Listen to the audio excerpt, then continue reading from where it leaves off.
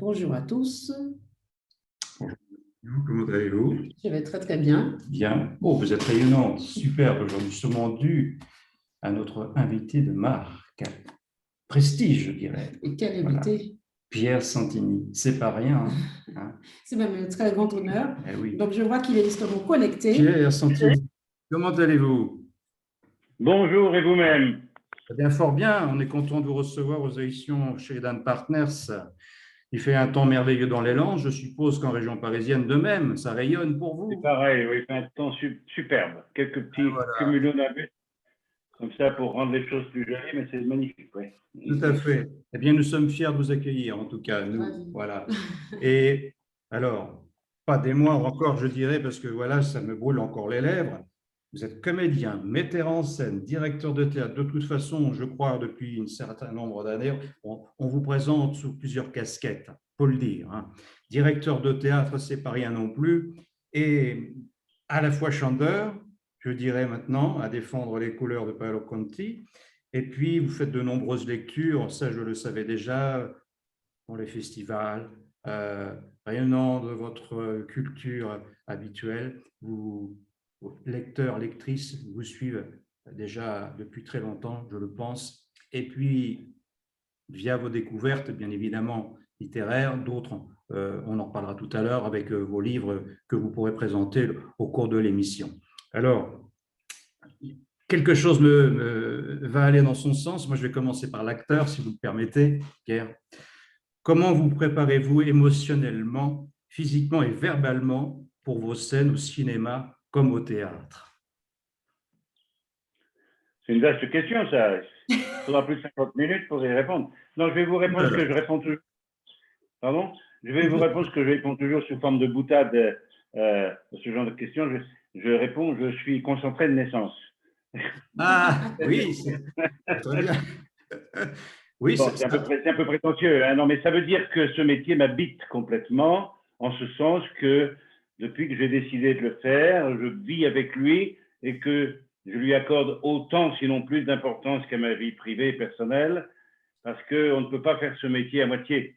C'est un vrai métier d'abord qu'il faut apprendre, tout à fait. donc il faut apprendre les règles, les mécaniques de fonctionnement et autres, mais c'est aussi un état intérieur un état, je dirais, qui vous permet de rester jeune et enfant tout dans votre tête pendant de très nombreuses années, mais surtout qui vous permet d'avoir des aventures très variées, très différentes, des rencontres complètement improbables et qui, à chaque fois, doivent vous trouver prêt à les recevoir. Voilà. Oui, Alors, oui. la concentration de naissance, ça veut dire que mon métier, j'y pense beaucoup. Quand on me donne des choses à lire, je les lis. Quand on me dit en répétition, j'essaye d'être à la hauteur de la situation. Et sur scène, il n'y a plus que ça qui compte. Ou devant une caméra, hein. Pour moi, c'est un peu le même processus intérieur, même si les techniques sont différentes, les techniques de jeu et tout ça. Donc, j'ai besoin d'être habité complètement par ce métier, par cet art, qui est l'art dramatique. Et ce qui m'a permis d'abord d'être un acteur qui a pu jouer dans des conditions et des genres très différents, hein, parce que théâtre privé, théâtre public, télévision, cinéma, radio, synchro, etc. J'ai essayé de tout faire. C'est un métier qui offre des tas de possibilités. Et puis, parce que c'est aussi une chose qui est chaque fois une surprise, une aventure, je disais tout à l'heure. Je crois que le mot est juste. Voilà. Oui, oui, absolument. Et puis, vous soulignez gentiment tout à l'heure, mais j'y reviens maintenant, vous êtes quand même père de 4 filles, grand-père de 6 petits-enfants, dont un garçon, et vous êtes le fils du peintre Pio Santini et de Yolande Crossi. Est-ce exact? C'est pas tout à fait exact. D'accord. Vous avez oublié quelque chose. Dites-moi. Je suis désolé que vous ayez oublié ça quand même. Je suis arrière-grand-père. C'est vrai en plus. Je suis arrière-grand-père d'un petit Damiano qui est né à côté de Rome il y a 2 ans, donc, et que j'ai hâte d'aller revoir cet été. J'ai vu une fois dans ma vie. Okay. Et effectivement, 4 filles de 3 mariages différents. 3 sont nées à Paris, une à Rome, ce qui me donne complètement conscience que ma double nationalité n'est pas usurpée. Parce que je suis à la fois français et italien. Et, oui. que cet amour que je voue à la France totalement et où j'ai passé l'essentiel de ma vie, je le reporte aussi sur l'Italie parce que ma culture profonde latine émane aussi de ce pays merveilleux qu'est l'Italie et la région romaine, n'en parlons pas. Et oui, et oui. Et comment je vous comprends. Ouais, c'est vrai, c'est un excellent pays. Moi, j'ai eu l'occasion d'y aller plusieurs fois en Italie et on mange bien, les gens ils sont sympas. C'est une langue qui chante, j'adore. Mais là, vous avez Surtout vu- c'est les chœurs qui chantent. Oui, Je crois que les Italiens, les Français ont d'autres qualités extraordinaires, mais les Italiens ont gardé des secrets du bonheur de vivre qu'on retrouve comme ça au quotidien, tout à fait à l'impromptu, et qui, quand vous êtes là-bas, vous rend heureux. Moi, je ne suis pas le même homme en Italie et en France. En France. En Italie, je suis plus expansif, je n'arrête pas de rigoler, j'arrête pas de... en France, il faut faire attention à ce qu'on dit, à ce qu'on fait, parce qu'il y a toujours on est des pourfendeurs d'idées et de conceptions différentes, ce qui est bien d'ailleurs. Mais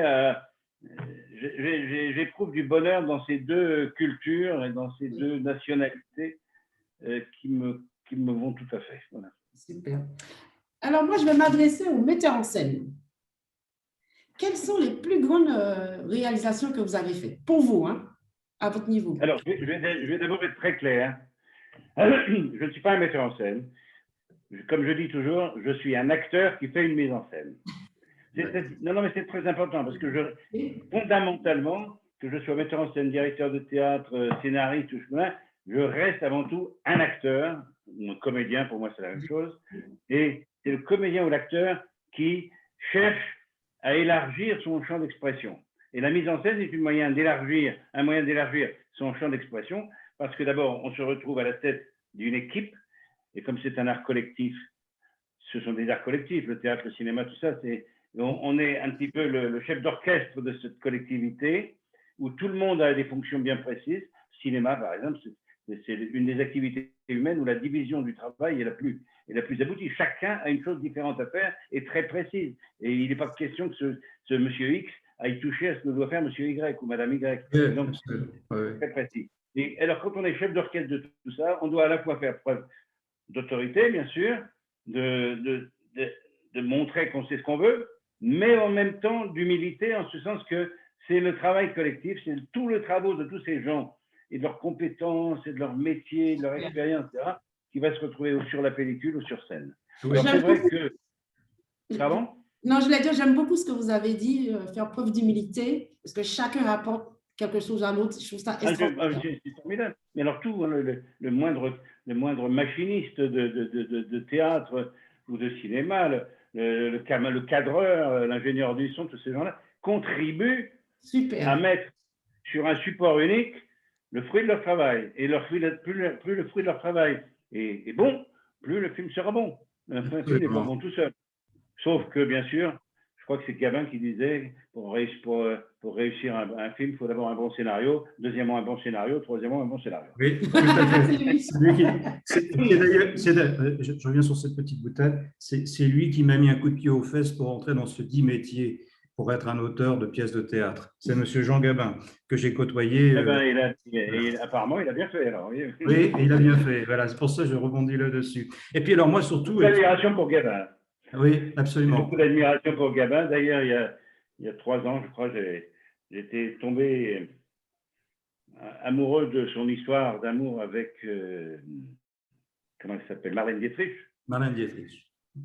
Ouais. Et j'ai éprouvé le besoin avec une chanteuse hongroise de faire un spectacle qui était l'histoire d'amour de Marlène et de Jean à travers les chansons de Marlène, bien sûr, et puis certaines chansons de Gabin et certaines chansons de leur époque. Voilà. Ah oui, d'accord. C'est une histoire merveilleuse, hein, c'est une histoire merveilleuse, et en même temps tragique comme toutes les histoires d'amour.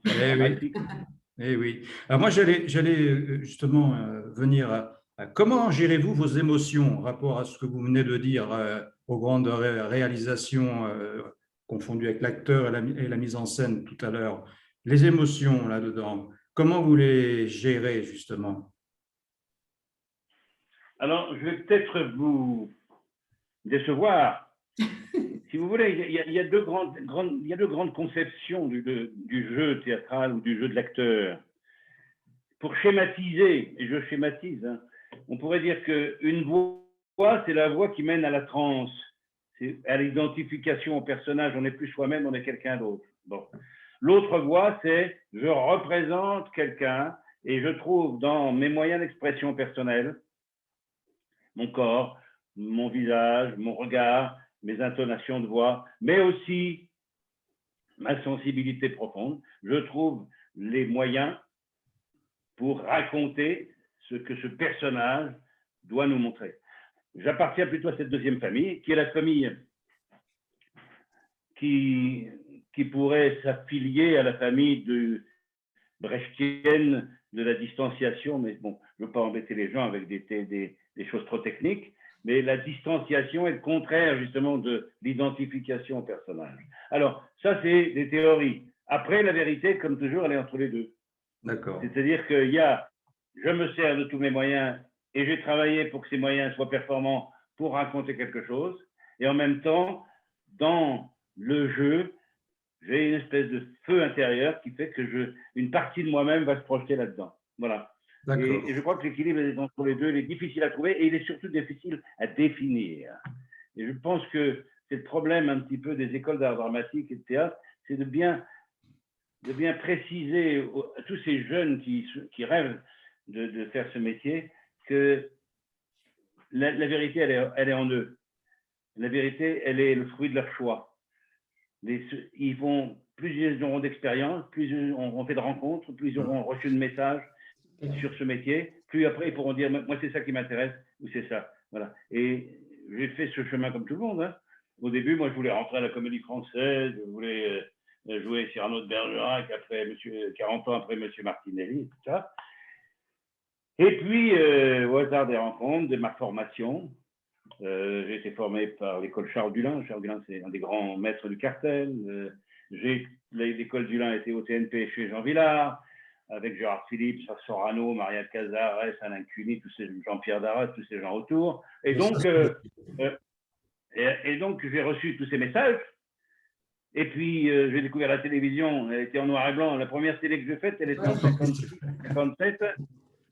Voilà, c'était en noir et blanc, il y avait une chaîne et c'était sur la télévision scolaire l'après-midi de 14h à 17h. Donc, vous voyez, c'était les débuts. Hein. Et dans la télévision, on a aussi cherché les acteurs, les réalisateurs, les scénaristes, on a cherché un langage nouveau qui permettait justement de raconter, non plus sur des grands écrans ou sur une scène, mais comme on est en train de se parler là, de raconter d'autres vies, d'autres regards sur le monde et tout. Et ça nous a appris aussi beaucoup. Bien sûr. On s'est investi complètement. Il y a eu une période de la RTF et puis de l'ORTF complètement créatrice. Je suis heureux d'avoir été au milieu de toutes ces équipes de créateurs. Voilà.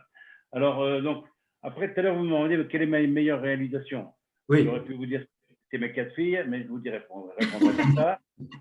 Mais je pense que quand vous parlez de réalisation, je pense que vous pensez de mise en scène, de création. Oui, absolument. Il y a une pièce qui a eu beaucoup de succès, dont j'ai été très fier, c'est Fausse adresse de Luigi Lunari.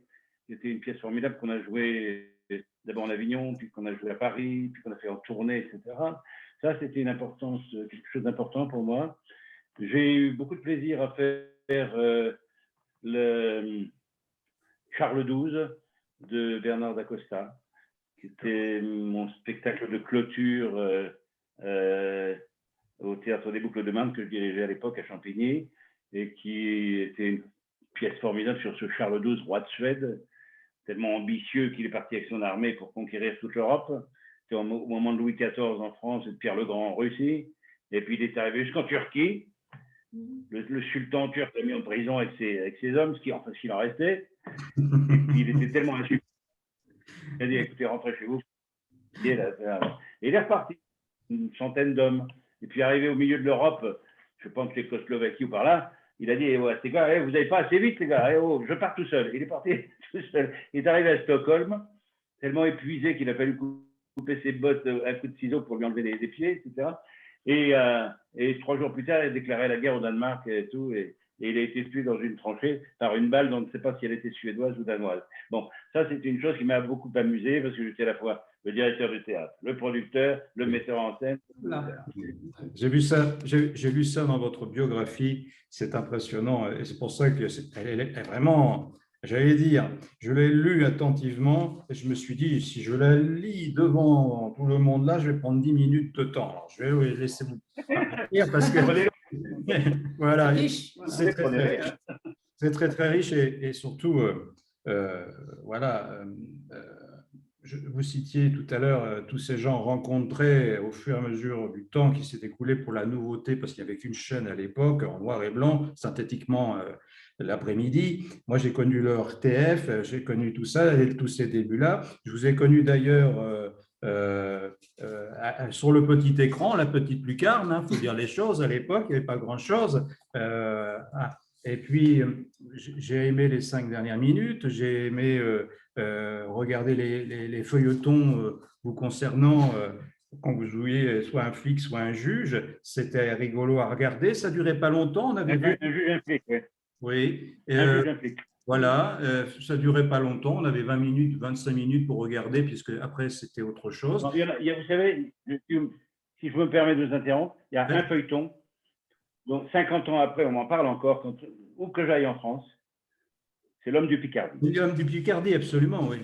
L'Homme du Picardie, qui était l'histoire d'une famille de bateliers avec une péniche qui s'appelait Picardie.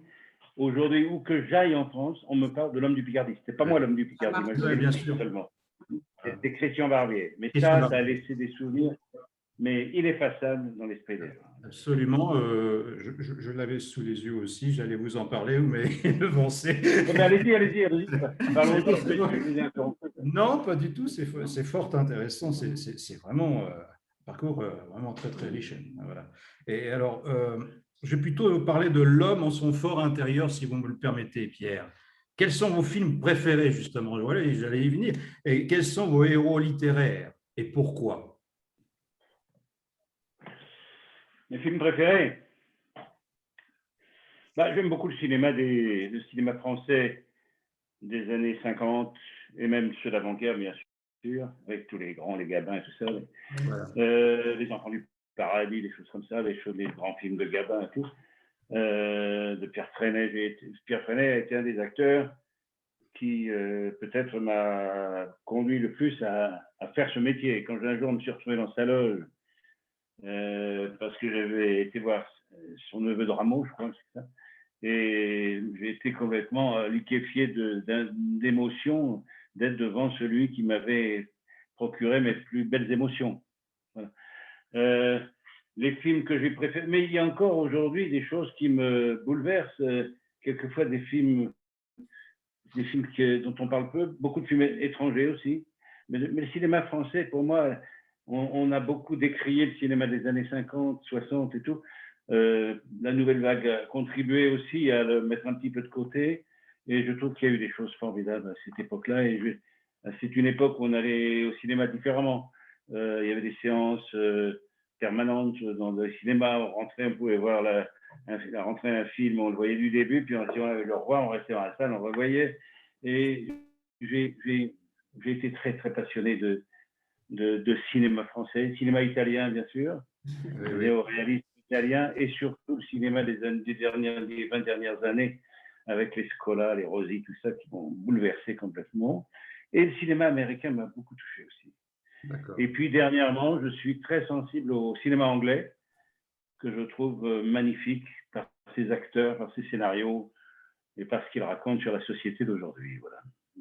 Alors, pour ce qui est de la littérature, j'ai bien entendu beaucoup lu de pièces de théâtre, de textes sur mon métier, bien sûr. Mais disons que si je voulais citer un roman ou une série de romans qui m'ont bouleversé à mon adolescence, je dirais Thibaut de Roger Martin du Gard. Et les deux frères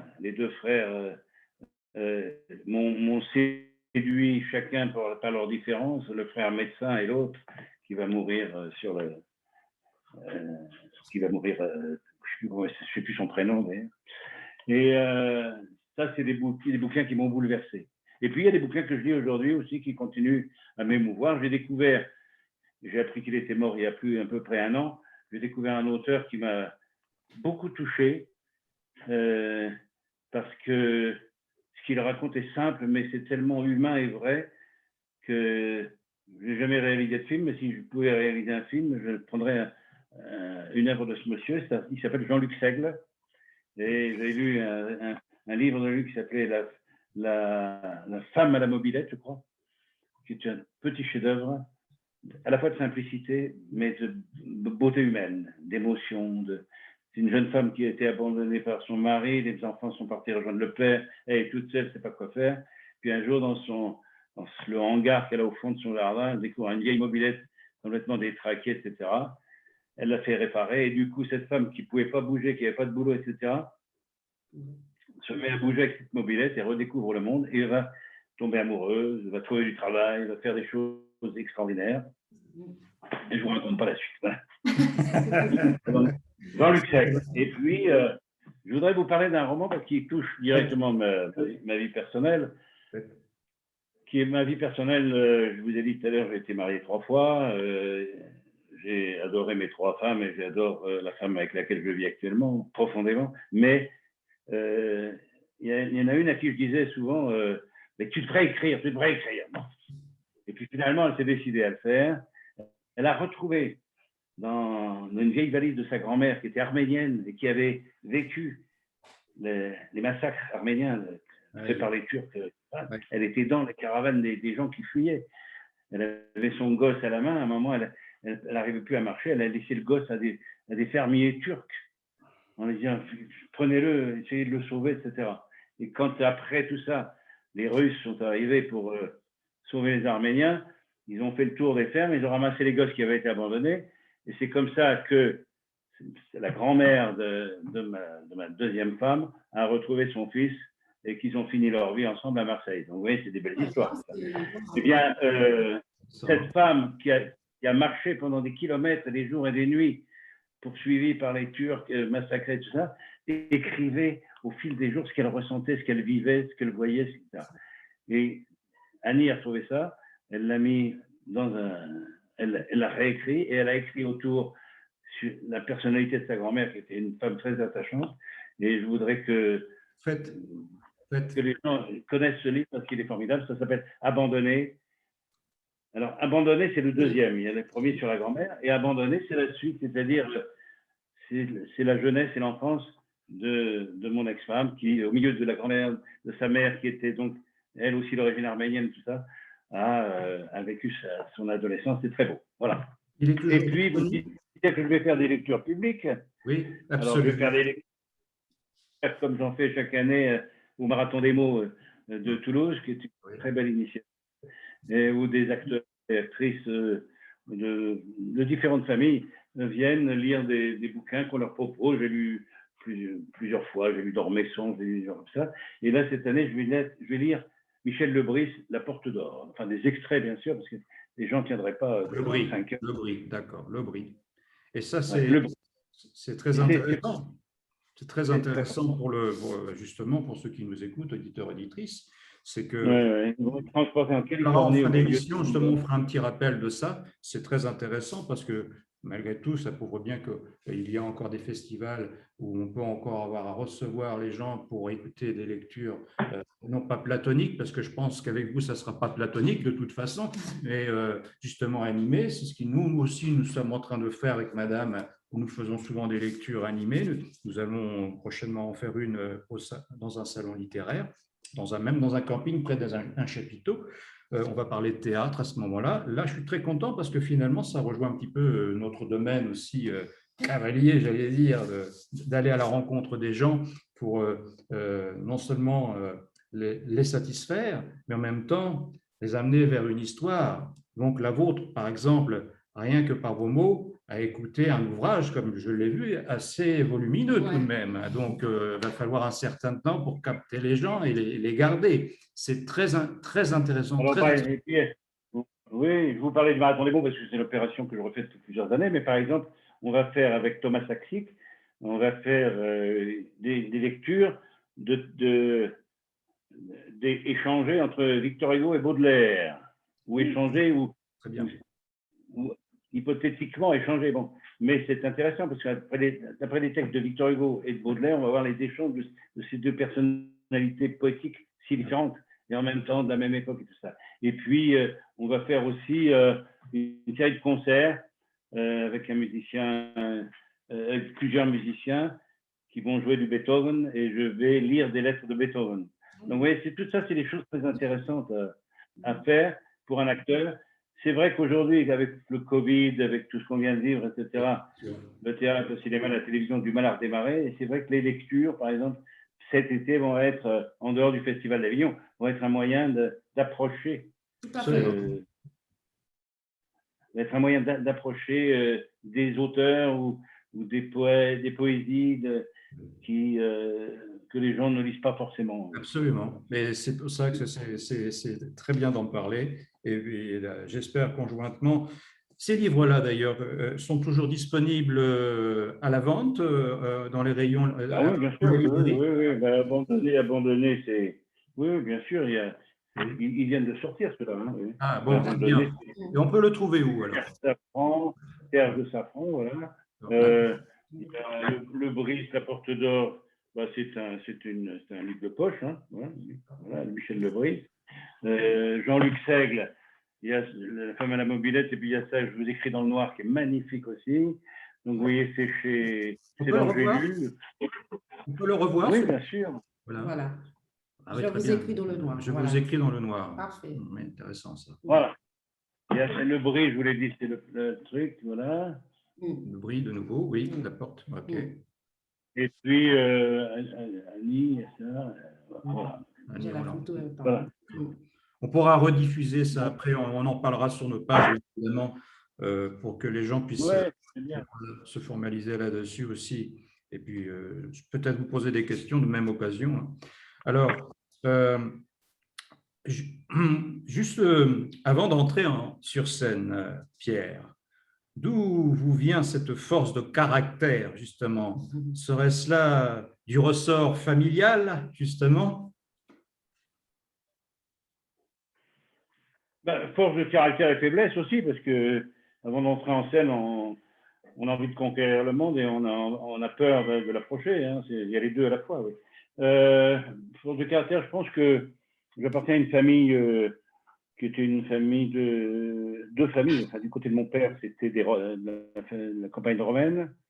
Mon père, pour vous donner l'exemple de ce qu'était mon père, il adorait peindre. Et donc, il a dit à ses parents, je voudrais être peintre. Et ses parents ont dit, pas question, tu es d'une bonne famille de Tivoli, tu seras ingénieur.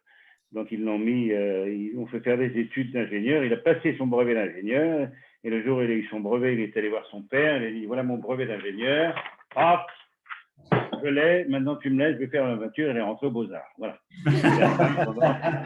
Il a peint pendant 45-50 ans. Voilà. Donc, force de caractère. Ma mère était une femme, était la fille de deux grands intellectuels, puisque mon grand-père maternel était un journaliste très connu, qui avait été directeur pendant 2 ou 3 ans du Corriere della Sera, qui est un grand journal italien, c'est l'équivalent du Monde ou du Figaro. Ma grand-mère était une femme de lettres qui écrivait beaucoup aussi, et donc elle a été formée là-dedans. Ma mère, comme toute bonne fille de la bourgeoisie à l'époque, même si elle avait passé son bac, elle était une des rares de son époque à avoir le bac, une des rares femmes, et elle n'a jamais eu de métier, elle a toujours été mère de famille, mais elle nous a apporté tellement, et elle lisait beaucoup, elle nous apportait beaucoup, et donc peut-être que ce caractère que j'ai vient aussi de l'apport de mon père et ma mère, ma grand-mère maternelle, qui a vécu avec nous jusqu'à ce que j'ai l'âge de 20 ans, etc. Donc, et ensuite, parce qu'on n'a pas le choix. Hein. Si on veut faire des choses intéressantes dans ce métier, moi, vous me disiez tout à l'heure, je ne sais pas depuis combien de temps je vais vous le dire, je fais mon métier depuis 60 ans. Oui, mais je ne vais pas aborder le sujet. 60 ans, c'est beau. C'est impressionnant la carrière que vous avez, Pierre. C'est vrai. J'espère bien le faire encore pendant 60 ans, n'est-ce pas? Oui. Et justement, Et bien justement, ça m'amène un peu à vos projets. Non, là, non, mais la force de caractère, elle vient aussi de ça, que c'est un combat qu'il faut livrer en permanence. Face à une profession qui est composée de gens qui ont des égos et des nombrils hypertrophiés, comme moi, et comme tout le monde, parce qu'on est à la fois sujet et objet. Le sujet, c'est celui qui fait, mais l'objet, c'est ce qui est fait par le sujet. Donc, je suis sujet, je fais, acteur, j'agis, mais qu'est-ce que je fabrique moi-même, mon image, mes personnages.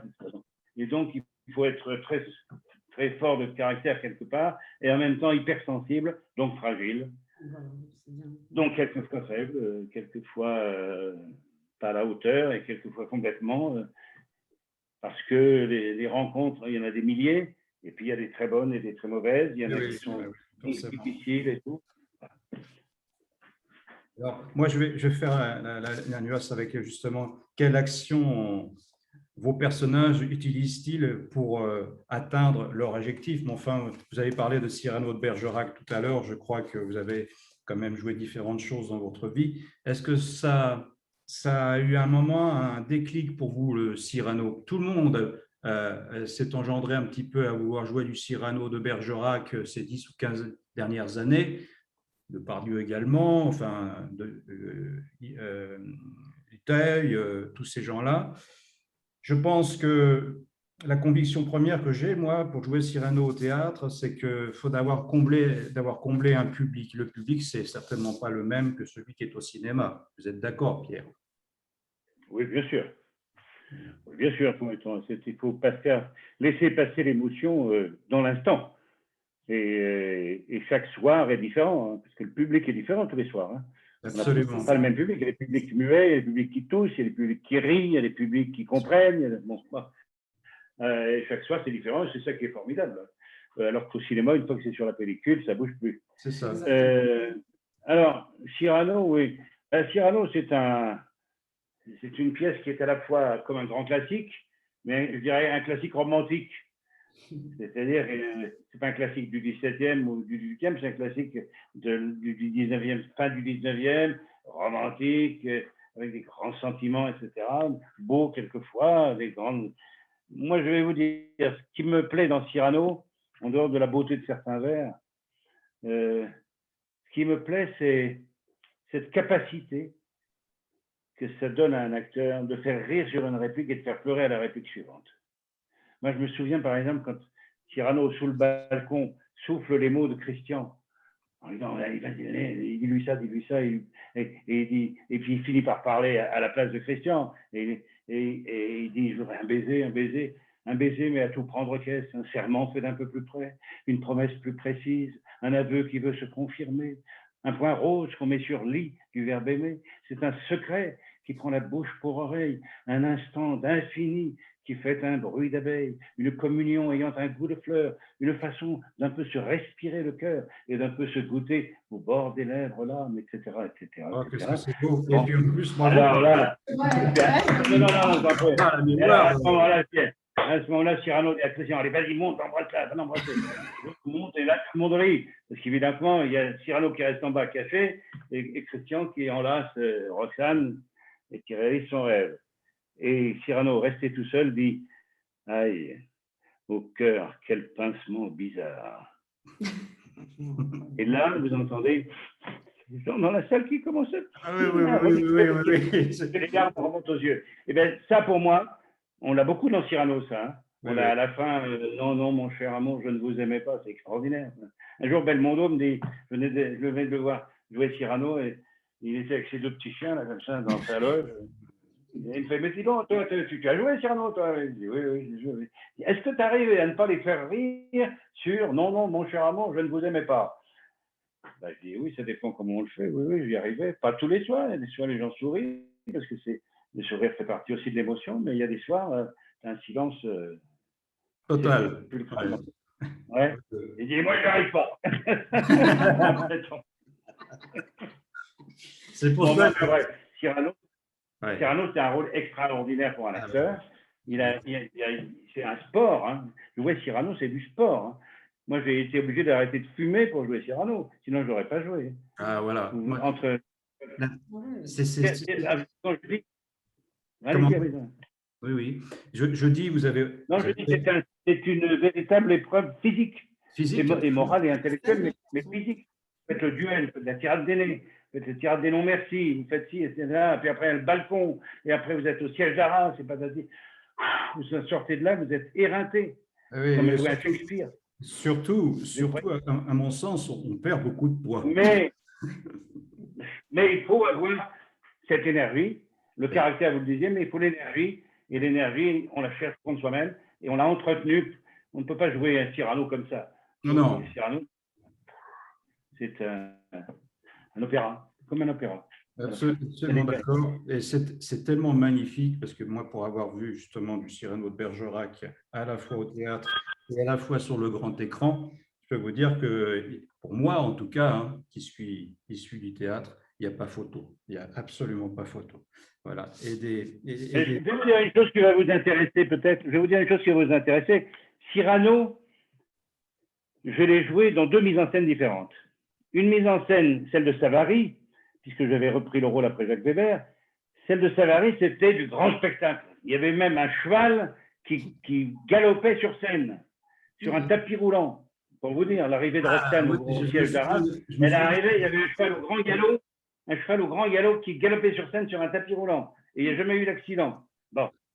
Et la deuxième mise en scène, c'était à l'italienne, Commedia dell'arte. On était 12 comédiens. On n'avait pas de décor ou trois fois rien. Gralno, c'était une table en bois. Le siège d'Arras, c'était trois trucs qui s'ouvraient. On avait des petites tranchées, là. Et c'était magnifique aussi parce que ça retrouvait l'origine même du théâtre, c'est-à-dire cette capacité avec rien de faire le monde. Voilà. Et bien ça, quand on a vécu ces deux expériences, on dit que tout est possible.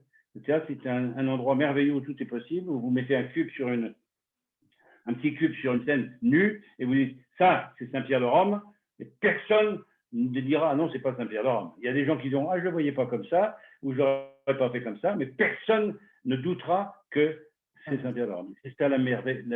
Tout est possible au théâtre. Voilà. Et voilà, c'est tout à fait vrai.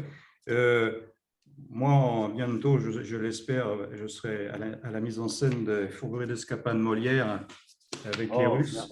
Ouais, voilà. Alors, on m'a demandé d'être Scapin lui-même, mais j'ai dit, là, je crois qu'à la mise en scène, je vais me suffire. Je verrai bien ça. Mais régalez-vous bien, parce que oui. C'est merveilleux. Voilà. Le diable allait-il faire dans cette galère? Voilà. Et c'est relooké, en fait. Ça a eu un succès énorme, si je peux me permettre de rebondir là-dessus, parce qu'il y a eu Cyrano, maintenant j'aime bien aussi Molière, forcément. Et les Russes ont eu un tel succès sur cette comédie musicale il y a quelques années, il y a 4 ou 5 ans, que par la traduction de ma pièce dite de boulevard, ils sont revenus vers moi pour que je fasse une traduction française de leurs mots, de leurs vers, de leur prose. Et ça a atteint cette jeunesse, notre jeunesse, là, parce que ce n'est pas facile de traduire Molière. Ce n'est pas facile de traduire Molière. Donc là, j'ai pris le taureau par les cornes et finalement, après 2 ans avoir dit non, j'ai dit oui cette année.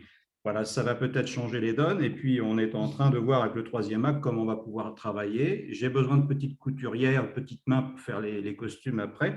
Mais on va rire de tout cela. Sur de la modernité, sur un relooking molièresque et surtout, j'en ai 9 là-dedans où je vais prendre plaisir à les diriger et peut-être que je serai aussi comédien sur scène, on verra cela.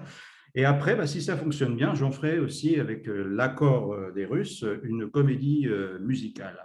Alors, on va dans un domaine expansif, mais voilà un petit peu là où j'en suis. En plus de mes boulevards de théâtre que je fais fonctionner, parce que je suis rejoué le 8 juillet à Moscou. Et je vous passe les détails. C'est pour ça que je rebondis sur nos capacités au théâtre. C'est énorme. Voilà. Ce n'est pas sur la grande toile au cinéma. Nous sommes d'accord, Pierre. Voilà. C'est pour ça que je voulais rebondir là-dessus. Alors, je voudrais vous dire une chose. Oui. Que souvent les acteurs disent, mais je pense que ça correspond à quelque chose de vrai. La scène, une scène de théâtre, c'est le seul endroit au monde où je ne me sens pas en danger. J'avais pas vu, j'ai jamais évoqué cela effectivement dans cette vue-là, mais moi, je ne me sens pas en fragilité de cette société-là quand je monte sur scène. Voilà, par exemple. Voilà. Pas en danger, mais pas, je ne me sens pas fragile. Quand on vit en danger, non, je suis là dans la vie normale. Ah Je n'ai oui, pas l'impression. Je n'ai pas des revolvers dans ma poche pour me défendre contre tous les meurtres qu'on va me voilà, essayer de oui. me. C'est le seul endroit où on peut Non, trouver. non, mais quand je dis en danger, c'est-à-dire que je suis heureux et Voilà. épanoui et il ne peut rien m'arriver de mal. Il peut Oui, m'arriver voilà. que du bien. Alors, bien sûr, si on me lance des tomates et si on me siffle, ça, je ne serai pas heureux, mais ça sera de ma faute ou de la faute Ça de vous est l'équipe. déjà arrivé de recevoir des tomates, Pierre, d'ailleurs, un sujet? Non, je ne pense pas. Hein. Tomates, non. Non. Des oreillers, oui. Les Des oreillers. oreillers. Ah oui. Les oreillers.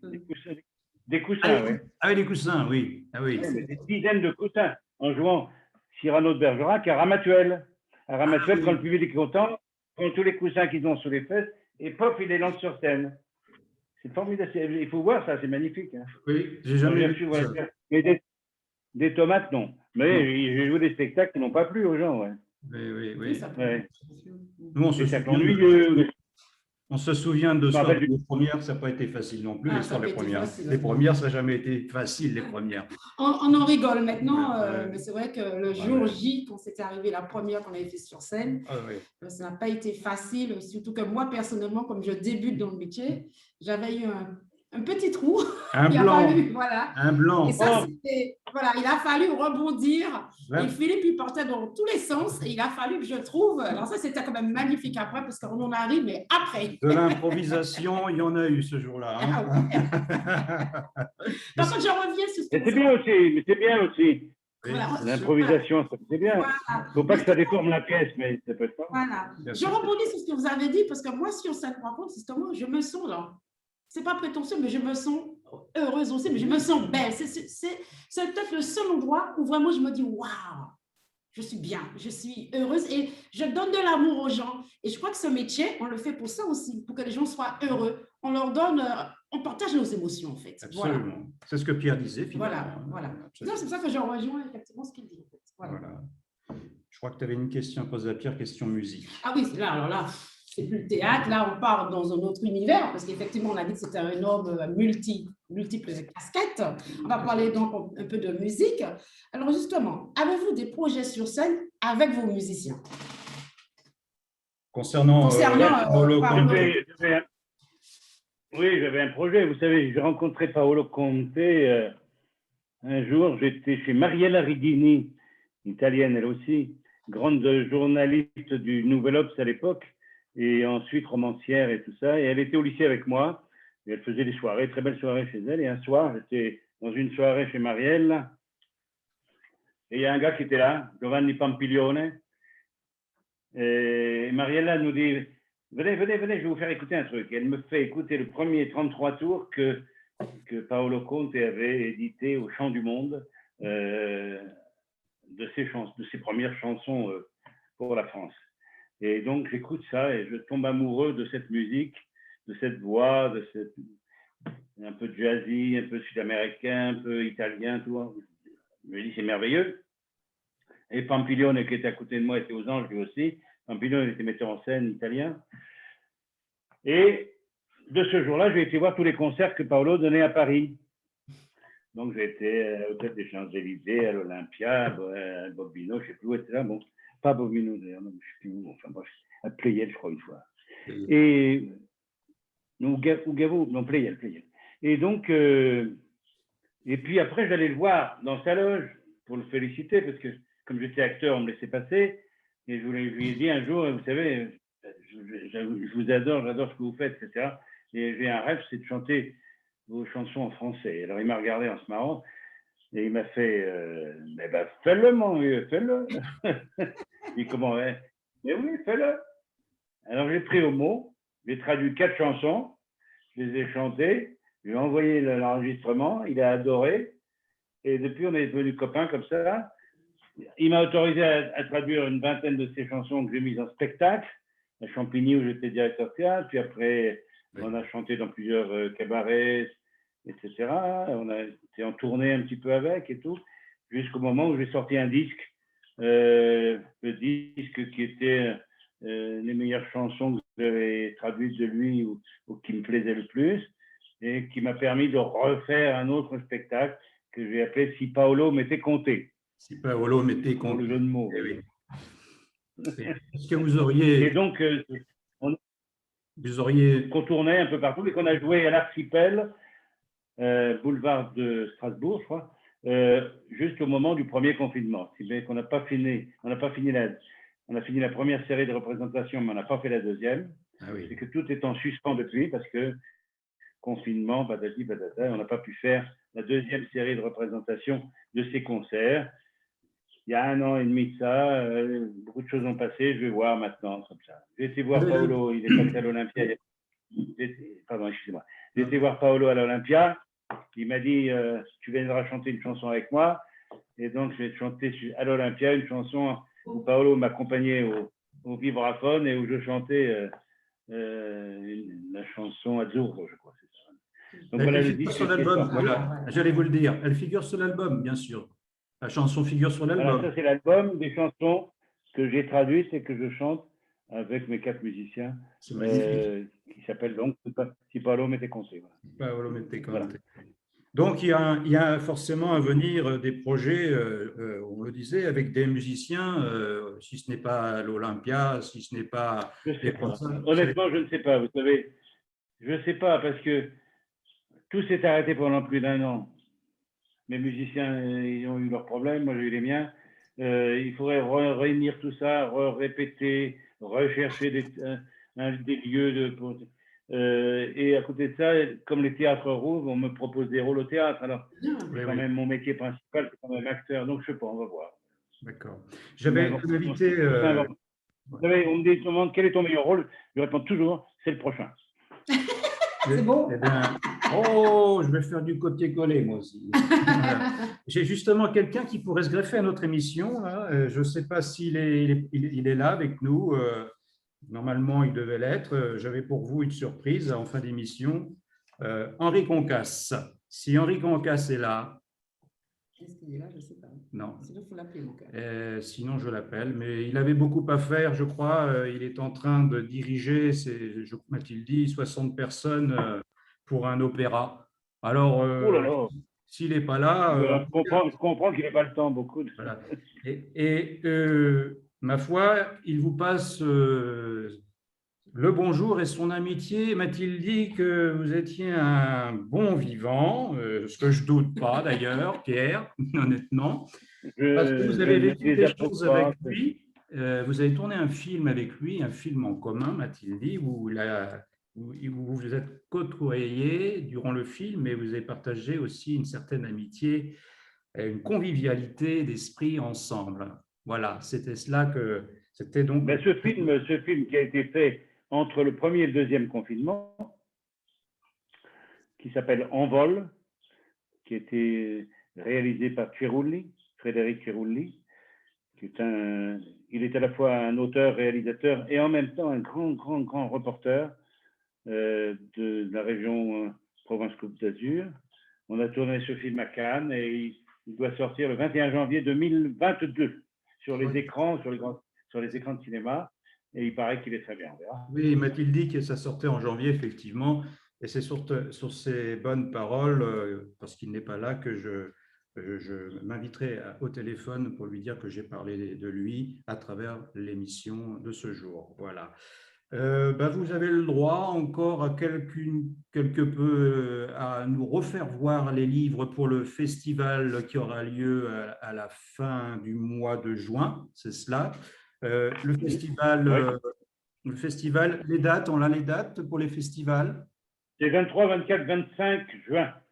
Le marathon des mots. Le marathon des mots, voilà, ça il faut le souligner. 23 à Marciac, 24, 25 à Toulouse. À Toulouse. Voilà, Marciac, oui. Donc, vous serez voisins, nous sommes dans les Landes, on viendra vous voir. Voilà, c'est pas loin. Avec grand plaisir. Voilà le titre. Voilà. Le bris, la porte d'or. Et puis, pour finir, je vais vous dire les 3 rôles qui m'ont le plus marqué dans ma vie.